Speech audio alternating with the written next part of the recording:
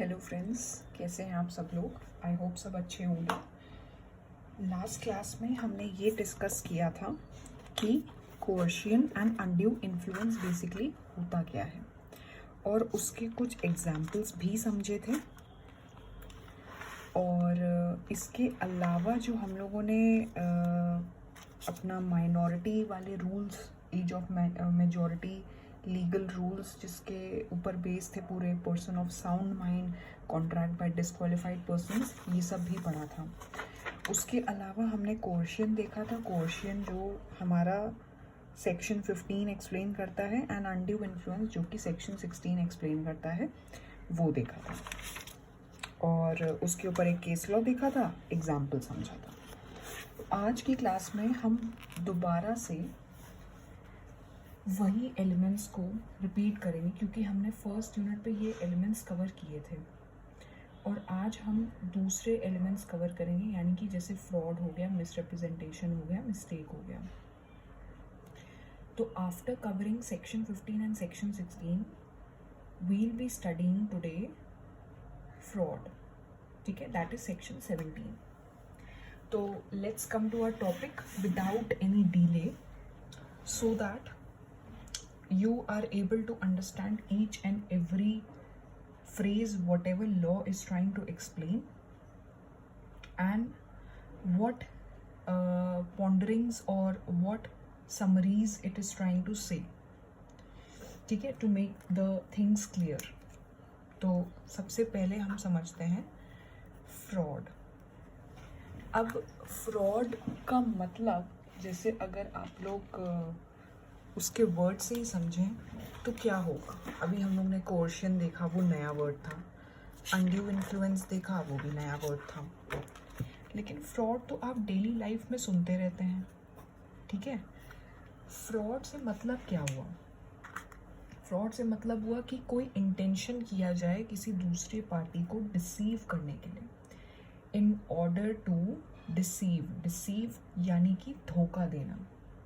तो किसी इंटेंशन से दूसरे पार्टी को नुकसान पहुंचाना, उसको धोखा देना, ठीक है, और उसको बेसिकली इंसिस्ट गलत वे में करना कि तुम कॉन्ट्रैक्ट में इंटर करो।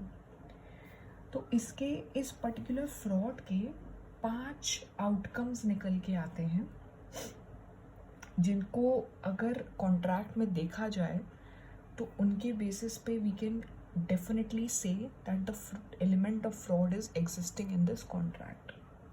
पहला, suggestion as of a fact which is not true by one who does not believe it to be true. What does this statement mean? The suggestion as a fact of that which is not true by one who does not believe it to be true. ठीक है, कोई fact है, ठीक है, जो कि false है, जो कि सही नहीं है, गलत है।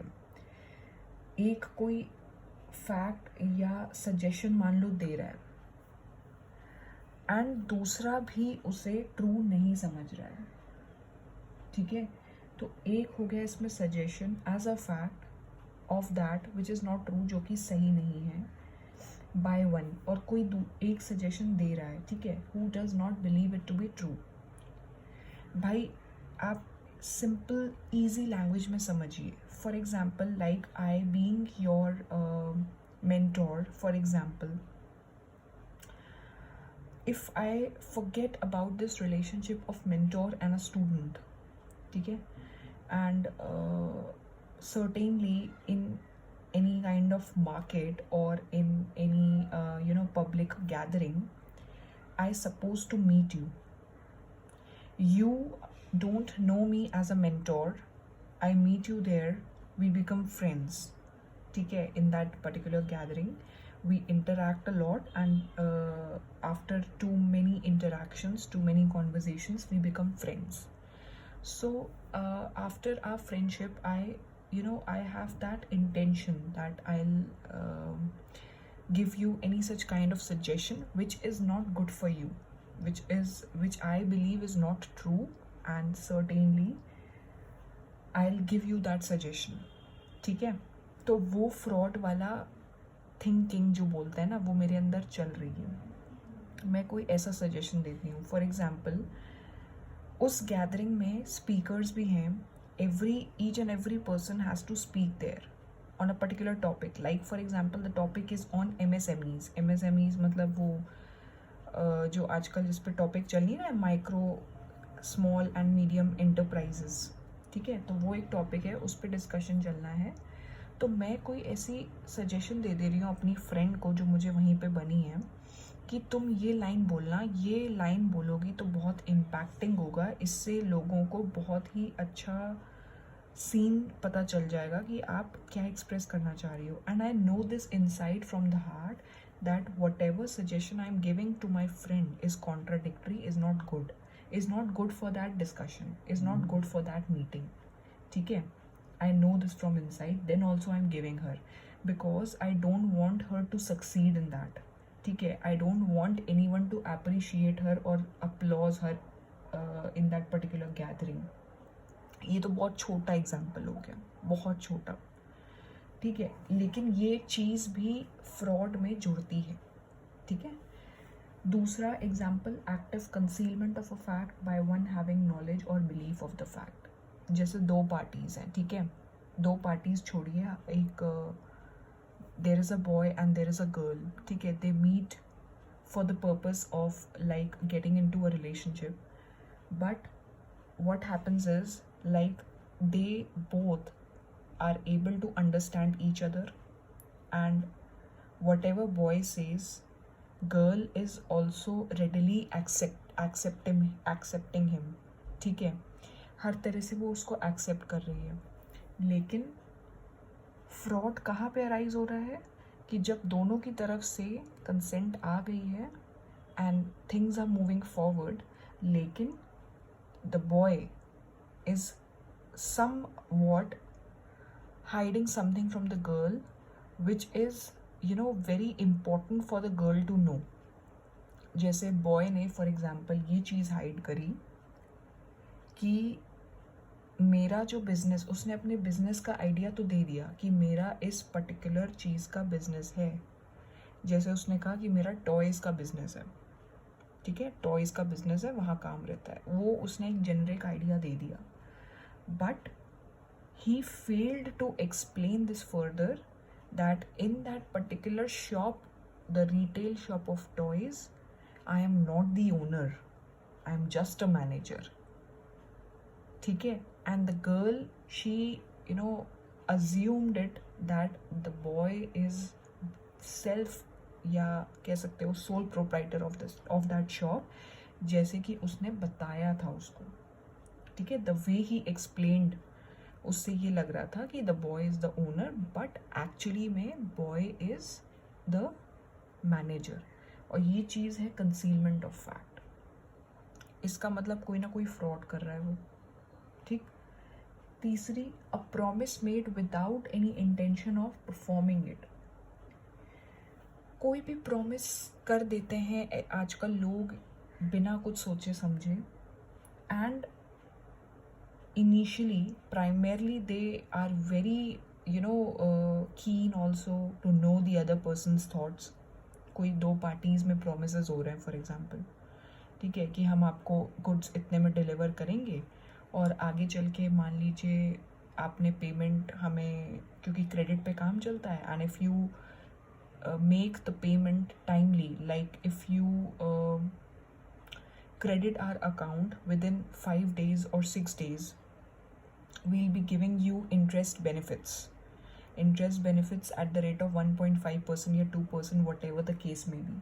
तो वो प्रॉमिस कर रहा है कि जैसे ही आप पेमेंट करोगे तो मैं आपको ये बेनिफिट्स, ये इंटरेस्ट के बेनिफिट्स डिलीवर करूँगा। And he is knowing this very well that that person who is talking about all these kind of promises, he is knowing this very well that it's not sure that whether he would be delivering such benefits or not। तो वो ये जानता है, ठीक है, intention उसको, उसके मन में नहीं है ये इंटेंशन कि उसे परफॉर्म करना ही, उसे इंटरेस्ट बेनिफिट देना ही है। मान लो पार्टी ने अगर जल्दी पेमेंट कर भी दिया तो भी उसके मन में वो इंटेंशन नहीं है कि हमें जल्दी से इनको इंटरेस्ट का बेनिफिट दे देना है, तो वो भी फ्रॉड के एलिमेंट में जुड़ जाता है। फोर्थ पॉइंट कहता है any other act fitted to deceive, जैसे कि एक पार्टी दूसरे पार्टी को धोखा देती है, ठीक है, गलत एक्ट कर देती है।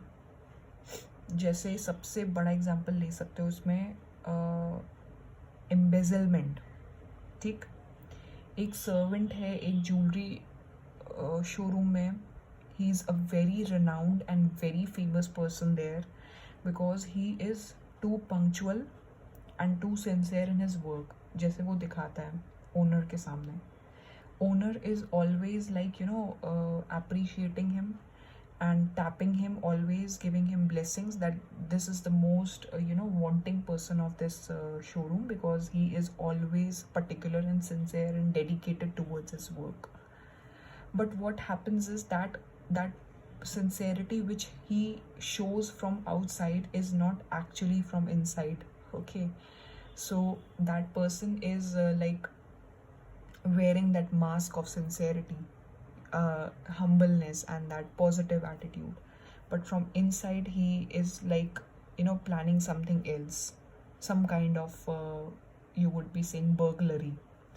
तो अगर कोई ऐसी बर्गलरी या कुछ प्लान करता भी अंदर से और उसके बाद वो अपने ओनर को धोखा देता है डिस्गाइज में एक्ट करते हुए, जैसे कि उसने एक दिन कुछ ऐसी प्लानिंग करी, थेफ्ट प्लान किया अपने फ्रेंड्स के साथ मिलके और सारे ज्वेलरी सब स्टोल करके भाग गया, तो ये फ्रॉड में जुड़ जाएगा, ठीक है। एंड फिफ्थ पॉइंट क्या है, any such act or omission as the law specifically declares to be fraudulent. ये चार तो रहेंगे ही, इसके अलावा कोई एक्ट जो लॉ ये बोलता है कि फ्रॉड रहेगा तो वो भी जुड़ जाएगा इसमें। So understood? Is there any problem? If you face any kind of problem then also believe me I will be very fair in answering to your queries, ठीक है।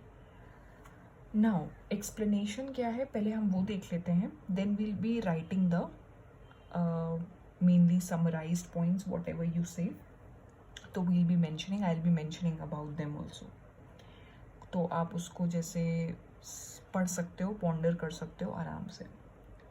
Now, mere silence as to facts likely to affect the willingness of a person to enter into contract is not fraud, unless the circumstances of the case are such that regard being had to them, it is the duty of the person keeping silence to speak, or unless his silence is itself equivalent to speech. यानी कि जैसे हम लोग ने silence की बात की थी, तो कोई भी फैक्ट्स जो दूसरे पर्सन की विलिंगनेस को अफेक्ट कर सकते हैं कॉन्ट्रैक्ट में एंटर करते टाइम, तो उसमें साइलेंस जो है ना वो फ्रॉड में नहीं जुड़ेगा, अनलेस, अब इसमें भी एक कंडीशन लगी है, अनलेस केस के सर्कमस्टांसेस ऐसे हों, हालात ऐसे हों कि उनको रिगार्ड देते हुए, ठीक है, पर्सन की ड्यूटी है कि वो जो साइलेंस रखा हुआ है वो बोले, या फिर उसको बहुत अलग केस की बात करें एकदम, अगर वो बोल नहीं सकता है तो उसके जेस्चर से या कोड ऑफ कंडक्ट से ही पता चल जाए कि he is interested in this particular contract या he is wanting for this contract, लेकिन साइलेंस से फ्रॉड नहीं माना जाएगा, ठीक है। जनरल रूल सेज कि silence does not amount to fraud, लेकिन if there are any such situations of the case जिसमें there is the duty of the person to speak, तो उस केस में साइलेंस भी फ्रॉड माना जाएगा। Any such kind of contract is taking place wherein the party needs to speak while showing his or her acceptance, otherwise the gestures would not be complete to justify whether that person is agreeing to a contract or not, ठीक है। तो वो चीज़ इसमें लिखी गई है, बाकी तो इसमें एग्जाम्पल्स मेंशन्ड हैं, वो आप अच्छे से पढ़ सकते हो, मैं 2-3 डिस्कस भी कर ले रही हूँ।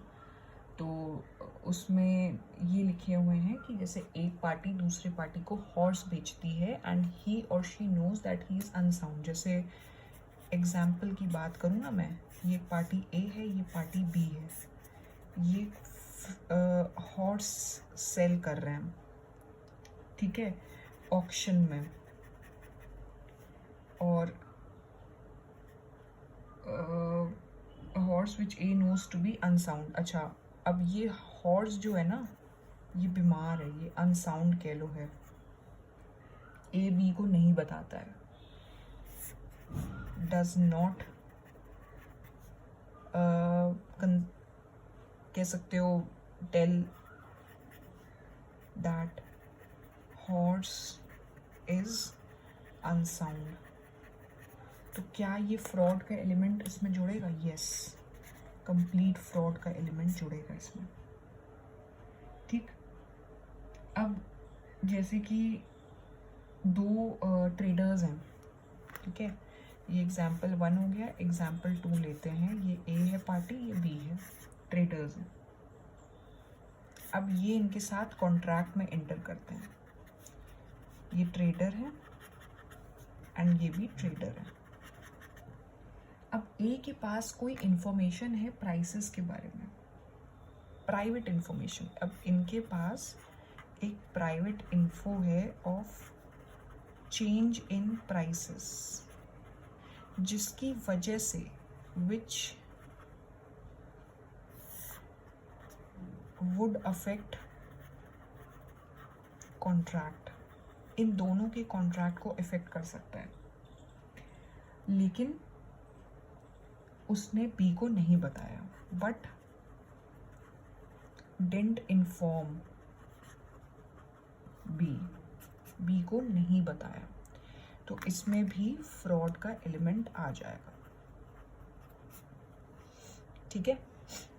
तो अब इसके बुलेट पॉइंट्स लिख लेते हैं, एनालिसिस लिख सकते हैं बेसिकली हम लोग, कि क्या क्या हम लोग किस किस एक्ट से समझेंगे कि फ्रॉड एलिमेंट एग्जिस्ट कर रहा है एंड उसके इफेक्ट क्या हैं, एंड ये भी लिख लेंगे कि mayor silence is not fraud.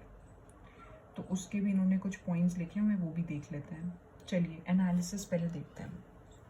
Analysis ये बोलता है कि there must be a representation और assertion and it must be false, ठीक। ये फॉल्स एलिमेंट होना बहुत ज़रूरी है। कोई भी चीज़ अगर एक्सप्रेस हो रही है ना, या इस पे एक पार्टी असर्टिव है, मतलब फर्म है, वो गलत होनी चाहिए, वो उल्टी होनी चाहिए, वो कॉन्ट्ररी होनी चाहिए। A party is saying to the other party that this person, I am betting on this and I'm very firm on this and I can give you testimonials and this thing is completely 100% correct, and from inside that party is knowing that it is completely false, तो वो false element होना ज़रूरी है। Silence fraud हो सकता है, जिसकी condition मैंने आपको बता दी है। रिप्रेजेंटेशन एक फैक्ट से जुड़ी होनी चाहिए, सेकंड पॉइंट ये बोलता है कि वो फैक्ट से जुड़ी होनी चाहिए। रिप्रेजेंटेशन जो हो वो कॉन्ट्रैक्ट ख़त्म होने से पहले हो, इस इंटेंशन से कि दूसरी पार्टी जो है वो एक्ट करे उसमें, ठीक। एंड चौथी चीज़ क्या बोलती है, रिप्रेजेंटेशन जो हो इस इंटेंशन से किया जाए कि फॉल्स एलिमेंट है, ठीक है, और ये बिल्कुल भी केयर ना करना या फिर जानबूझ के करना वो act particularly. The other party must have induced to act upon representation और असर्शन। अच्छा, अब इसमें पहली पार्टी का तो हम लोग ने बता दिया कि जो फ्रॉड कर रहा है, जो फ्रॉडस्टर है basically, but the person who is basically the victim, और you can say the other party जिसने रिलाई किया है, उसका मतलब उसके साथ धोखा होना ज़रूरी है, तभी वो फ्रॉड एलिमेंट कवर होगा। उसका लॉस सफ़र होना चाहिए, उसके साथ धोखा होना चाहिए, मतलब ये एलिमेंट्स है जो मैं बता रही हूँ एनालिसिस। एंड उसने जो है उस पर्टिकुलर रिप्रेजेंटेशन जो फ्रॉडस्टर ने किया है उस पर उसने एक्शन लिया हो,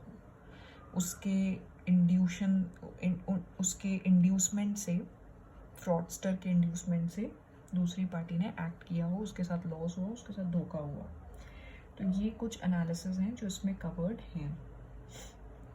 एंड इसके बाद इसका इफ़ेक्ट ये होगा कि जो भी पार्टी जिसके साथ गलत हुआ है ना, उसके एंड पे कॉन्ट्रैक्ट वॉइडेबल होगा। ठीक है, उसके पास क्या क्या रेमेडीज़ हैं। कॉन्ट्रैक्ट वो कैंसिल कर सकता है टाइम के अंदर अंदर, डैमेजेस के लिए केस फाइल कर सकता है, सूट फाइल कर सकता है, एंड थर्ड पॉइंट, वो कॉन्ट्रैक्ट की परफॉर्मेंस को इंसिस्ट कर सकता है इस कंडीशन पे कि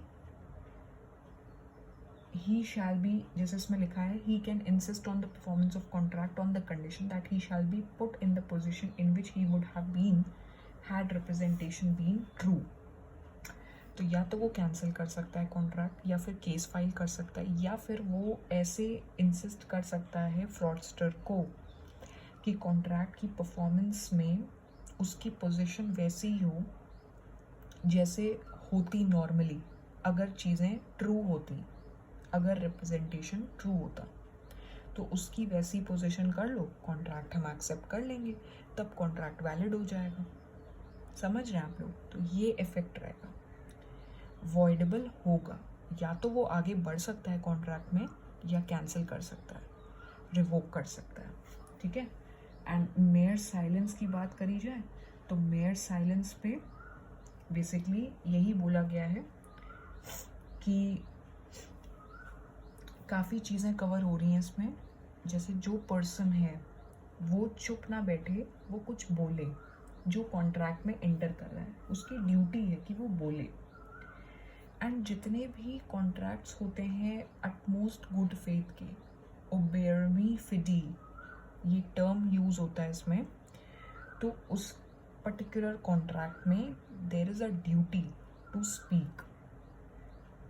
और उसमें क्या क्या चीज़ें अराइज होती हैं फिर, fiduciary relationship, contracts of insurance, जैसे contracts of marriage, contracts of family settlement, जिसमें वो ट्रस्ट एंड फेथ वाला एलिमेंट होता है।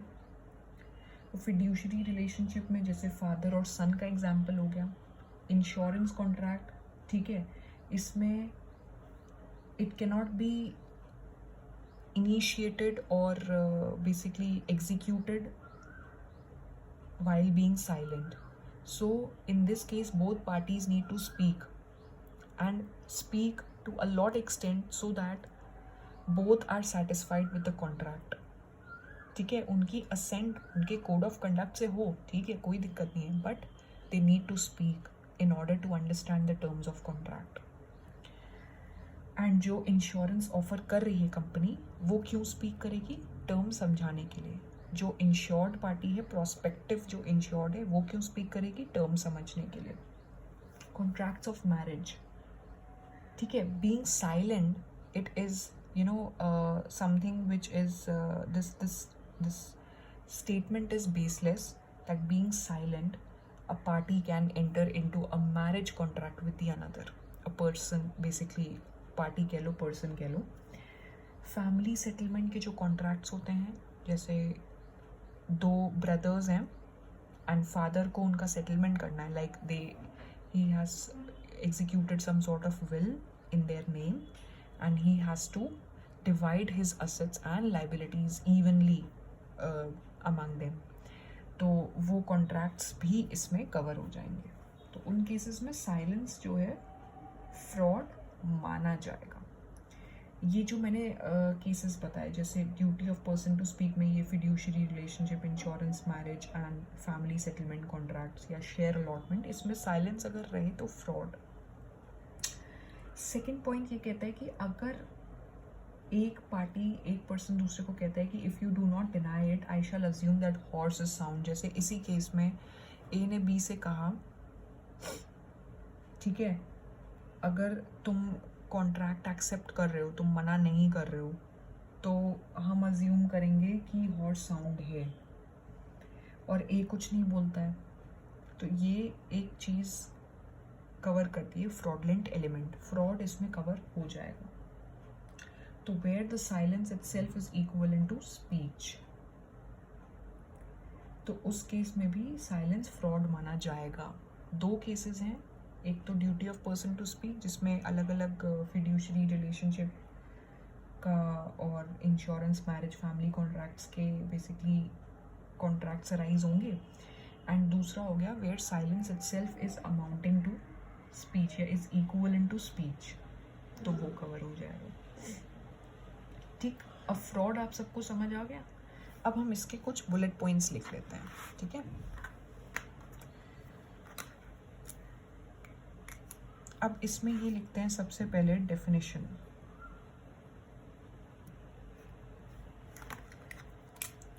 जैसे क्या है, fraud means and includes any of following acts committed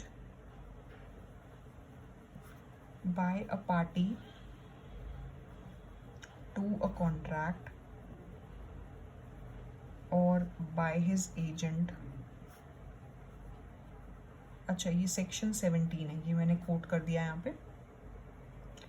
with an intent to deceive another party or his agent or to induce him to enter into contract. कौन से elements हो गए? सबसे पहले suggestion as a fact of that which is not true by one who does not believe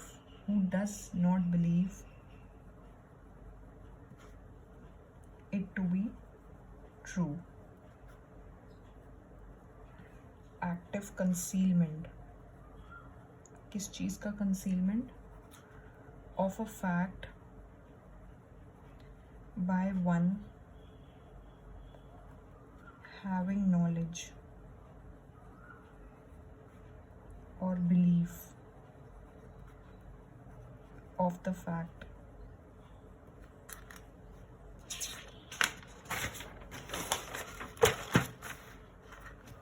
third point क्या कहता है?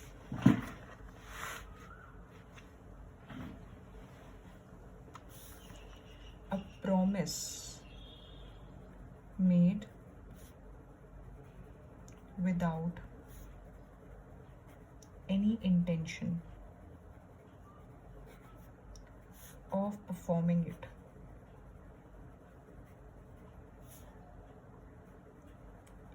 Any other act fitted to deceive.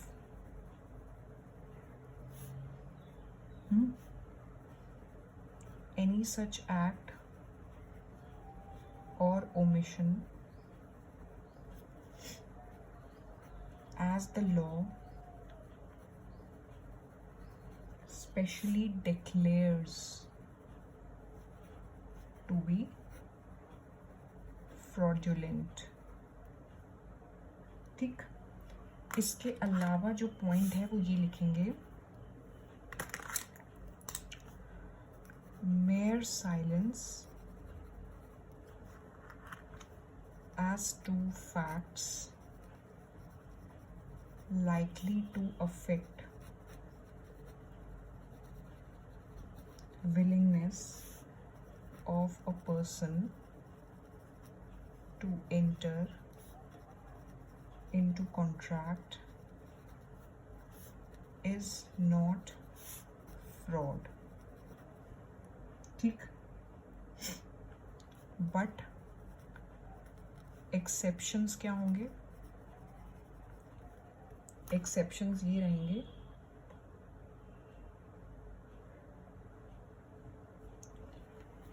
सबसे पहला है duty of person to speak. ठीक है, अब इसमें फॉलोइंग कॉन्ट्रैक्ट्स अराइज होंगे. Following contracts come within this category, जैसे कि fiduciary relationship, contracts of insurance, of marriage, of family settlements. ठीक है, शेयर अलॉटमेंट कॉन्ट्रैक्ट्स, तो इसमें पर्सन को बोलना पड़ेगा. दूसरा, where silence is equivalent to speech, तो इन दोनों केसेस में क्या माना जाएगा? Silence is fraud. ये जो दोनों केसेस कवर हैं इसमें क्या माना जाएगा? Silence is fraud. बाकी जो एनालिसिस लिखा है वो आप एक बार मॉड्यूल से पढ़ लीजिएगा, क्योंकि वो एज इट इज़ वही लिखे जाएंगे. मैं नोट्स में दोबारा नहीं लिख रही हूँ, आप उसको मॉड्यूल से कवर कर लीजिएगा उसको, क्योंकि और शॉर्ट पॉइंट्स में लिखने का कोई फ़ायदा नहीं है. उसमें जितने अच्छे से एक्सप्लेन किया हुआ है वो आप उतना ही पढ़ लो, वो सफिशेंट है. तो एनालिसिस वाले पॉइंट्स आप उससे कवर कर सकते हो. और बाकी इसमें जो है मैंने बाकी चीज़ें इसमें लिख दी हैं. एनालिसिस वाले पॉइंट्स आप उससे कवर कर लो. एंड इसके अलावा मैं लिख सकती हूँ कि इसका इफ़ेक्ट क्या होगा. Effect of fraud upon validity of contract. इसका अफेक्ट क्या रहेगा? पहले तो when consent to an agreement is caused by fraud, contract is voidable at the option of party defrauded and has 3 remedies. क्या रेमेडीज हो सकती हैं? रेमेडीज ये हो सकती हैं, सबसे पहले he can rescind the contract, लेकिन रीजनेबल टाइम के विदिन. ठीक है. दूसरा, he can sue for damages. And तीसरा, he can insist on performance of contract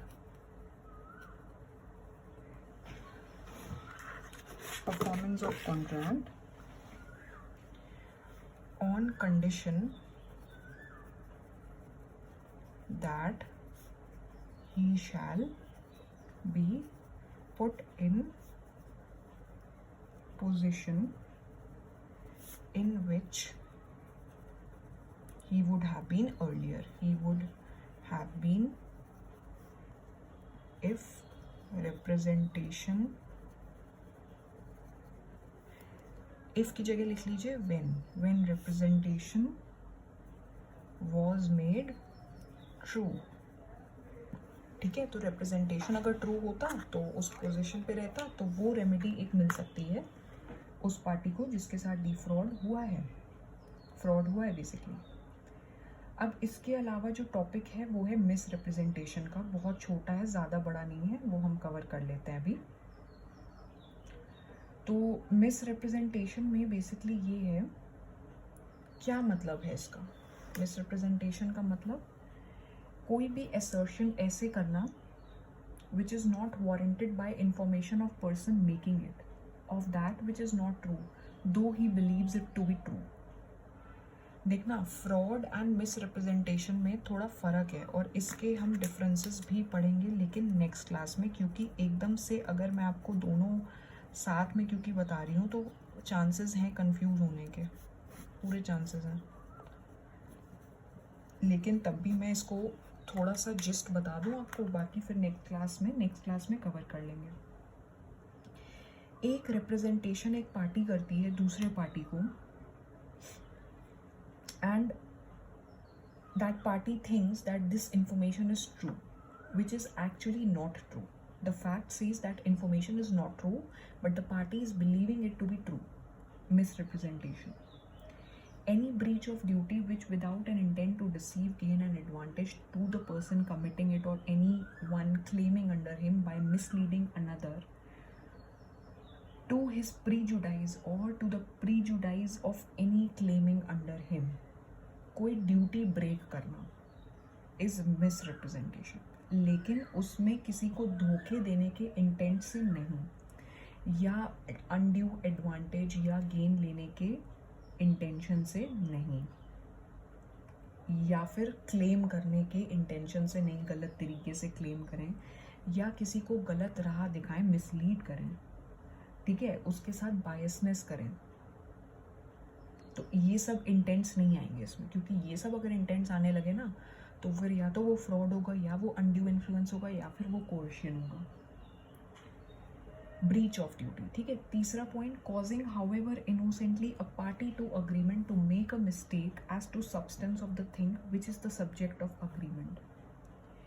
innocently मतलब आपके मन में कोई भी गलत थिंकिंग नहीं चल रही है, आप इनोसेंट हो, लेकिन एक इनोसेंट की तरीके से, इनोसेंट होने के नाते भी दूसरी पार्टी जो है अग्रीमेंट की, उसके साथ मिस्टेक कमिट कर देना कॉन्ट्रैक्ट में एंटर करते टाइम, ठीक है, और वो मिस्टेक ऐसी है कि वो सब्जेक्ट मैटर है अग्रीमेंट का, उसकी वजह से अग्रीमेंट जो हो रहा है, जो कॉन्ट्रैक्ट में बदल गया है, वो ना होता, वो कैंसिल हो जाता, वो रिवोक हो जाता, या फिर वो बदला जा सकता था अगर वो मिस्टेक पहले पता होती तो, या वो नहीं होती तो, ठीक है। तो ये सब चीज़ें मिसरिप्रेजेंटेशन में कवर होती हैं। अब इसके 2 एग्जाम्पल्स मैं कवर करूं और एक्सप्लेनेशन पार्ट मैं कर रही हूँ कवर, बाकी रिटन पार्ट कल कवर करेंगे। एक एग्जाम्पल ये कि ए जो है एक स्टेटमेंट करता है बी को, एक स्टेटमेंट देता है बी को that C will be the director of company, क्या, that C will be director of company. A makes the statement on information derived. अब इसके पास इन्फो थी कि सी डायरेक्टर बनेगा, है ना, उसने सी से पूछा नहीं था, लेकिन एम से पूछा था, एम कोई दूसरा पर्सन है। अब बी जो है अप्लाई कर देता है फॉर शेयर्स ऑफ कंपनी इस फेथ पे, ऑन दिस फेथ कि सी डायरेक्टर है। अब ये फॉल्स हो जाता है, बी ने तो शेयर अप्लाई कर दिया, लेकिन फॉल्स क्या हो जाता है, this statement amounts to misrepresentation because info received second hand did not warrant A to make the positive statement to B. A को इन्फो मिली थी M से कि C डायरेक्टर है, इसने B को बता दिया कि C डायरेक्टर है, यहाँ का कंपनी का बनने वाला है, उस बेसिस पे B ने शेयर्स के लिए अप्लाई कर दिए कि C डायरेक्टर है, लेकिन फॉल्स निकल आई because C was not the director, director नहीं था वो और ना बनने वाला था। तो ये एक केस हो गया मिसरिप्रेजेंटेशन का, मिसरिप्रेजेंटेशन का केस हो गया। क्यों हो गया, इसलिए हो गया क्योंकि ए ने जो इन्फॉर्मेशन बी को दी वो खुद से एक्सट्रैक्ट करके नहीं दी, उसको लग रहा था कि ये सही है जबकि सही नहीं है, उसने किसी दूसरे की बात पे आके इन्फॉर्मेशन दे दी, जिसकी वजह से बी का नुकसान हो गया बाय मिस्टेक। जो मैंने 3 पॉइंट्स कवर किए थे ना, कि पहला जिसमें उसको पता है इन्फॉर्मेशन सही है लेकिन होती नहीं है, दूसरा ड्यूटी ब्रीच हो गई, कुछ गलत काम हो गया बी का, और ए का इंटेंशन ये नहीं था कि उसको धोखा दे, तीसरा ये कि उसके साथ गलत हुआ और ये सब्जेक्ट मैटर था अग्रीमेंट का, सी का डायरेक्टर होना, इसकी वजह से अग्रीमेंट में मॉडिफिकेशंस हो सकते थे, या तो आगे बढ़ो या पीछे हट जाओ। तो अब इसने शेयर्स के लिए अप्लाई कर दिया इनोसेंटली, लेकिन एक ए से मिस्टेक ये हुई कि उसने खुद इन्फॉर्मेशन ना दे के किसी और के थ्रू बताई हुई इन्फॉर्मेशन को बी को फॉरवर्ड कर दिया, जो कि एक्चुअली में रॉन्ग थी। तो ए से मिस्टेक हुई। समझ आ गया आप लोग को? अब एग्जाम्पल 2 समझते हैं। एग्जाम्पल 2 क्या कहता है? ए ये जानता था कि मोटरसाइकिल का इंजन एक्सीलेंट है। अब ए को पता है इंजन जो है मोटरसाइकिल का वो एक्सीलेंट है। तो उसने बी को कहा, बी को बोला कि इंजन इज वर्किंग गुड। उसने बी को ये बोला कि इंजन सही चल रहा है। अब बी ने तो मोटरसाइकिल खरीद ली इससे। अब बी ने ये जो है इन्होंने सेल कर दी मोटरसाइकिल और इन्होंने परचेज कर ली, परचेज्ड। लेकिन इंजन डिफेक्टिव निकल आया, इंजन डिफेक्टिव निकल आया। अब ए जो है इसमें स्टेटमेंट जो दे रहा है ना, इसने ये बोला कि एक्सीलेंट कंडीशन में है विदाउट गेटिंग चेक्ड। इसने चेक नहीं करवाया था वर्कशॉप में चेक कराए बिना ही इसने बोल दिया वर्किंग कंडीशन में है। उस पे बी ने से मोटरसाइकिल खरीद ली and engine came out to be defective. तो इंजन डिफेक्टिव हो गया। अब इस केस में ये मिस रिप्रेजेंटेशन का पार्ट कवर होगा क्योंकि ए से मिस्टेक हुई है और ये जो था इंजन वाला पार्ट जो था ये सब्जेक्ट मैटर है अग्रीमेंट का, सब्जेक्ट मैटर है अग्रीमेंट का। तो इससे मिस्टेक हुई है, किससे? ए से। और इसने अपने ही एंड से बिलीव करके बोल दिया कि ये बात ट्रू है कि मोटरसाइकिल का इंजन सही है, जबकि फैक्ट क्या कहता है वो सही नहीं था। इसने चेक भी नहीं करवाया, इसने मिस्टेक भी करी और बी के साथ जो मिस्टेक की वजह से जो उसके नुकसान हुआ है, लेकिन ए इसको धोखा नहीं देना चाहता था। समझ रहे हैं आप लोग ये बात? धोखे वाला एलिमेंट फ्रॉड में कवर होगा, ठीक है? तो ये इसने चेक नहीं कराया, बोल दिया कि इंजन सही है, दे दिया, डिफेक्टिव निकल आया। सब्जेक्ट मैटर की वजह से कॉन्ट्रैक्ट जो है मॉडिफाई हो सकता था, लेकिन नहीं हुआ क्योंकि ए ने उसको जो इन्फो दी वो सही नहीं दी, है ना? हर तरह से चेक करवा के और प्रॉपर रिसर्च करके उसको नहीं बताया। तो ये पॉजिटिव असर्शन ए का गलत निकल आया, ब्रीच ऑफ ड्यूटी हुई, ठीक है? लेकिन इसका एडवांटेज नहीं लेना था बी। ए के मन में या इंटेंशन नहीं था कि इसको धोखा दें या इसका गलत एडवांटेज लें या मिसलीड करें। तो ब्रीच ऑफ ड्यूटी तो हुई कि इसको अच्छे से चेक करा के देना चाहिए था। And third point, subject matter जो है ना, अब क्योंकि इसने इनोसेंटली एक्ट किया लेकिन तब भी ए से मिस्टेक हो गई और सब्जेक्ट मैटर अग्रीमेंट का इफेक्ट हुआ। तो तीनों पार्ट्स कवर हो रहे हैं, तो तीनों पार्ट्स ही ये देखने पड़ेंगे, तभी हम कहेंगे मिसरिप्रेजेंटेशन कवर हो रहा है इस पर्टिकुलर एग्जाम्पल में। और इसके अलावा जो है ना, अब इसमें डिफरेंसेस दिए हुए हैं, वो डिफरेंसेस हमारे पढ़ना बहुत ज़रूरी है। वो डिफरेंसेस एक बार हम कवर कर लेंगे तो हमें अच्छे से क्लैरिटी तो आ ही जाएगी। इसके बाद मिस्टेक वाला टॉपिक है, ठीक है? फ्री कंसेंट वाले जो एलिमेंट्स हम पढ़े थे ना कि कौन कौन से एलिमेंट्स विशिएट करते हैं फ्री कंसेंट को, तो उसके और भी एलिमेंट्स हैं जो नेक्स्ट क्लास में कवर करेंगे। उसमें मिस्टेक जो है वो लास्ट में आता है और मिस्टेक बहुत बड़ा भी है, उसको समझाने में थोड़ा टाइम लगेगा आप सबको, तो वो हम करेंगे। बाकी आज के लिए इतना ही। नेक्स्ट क्लास में हम अपने बाकी टॉपिक्स भी कवर करेंगे, ठीक? और कोई क्वेरीज हो तो आप उसको कमेंट बॉक्स पे फ्रीली पूछ सकते हो, ठीक है? तो ये आज का फ्रॉड एंड मिसरिप्रेजेंटेशन कवर हो गया। ओके। Thank you.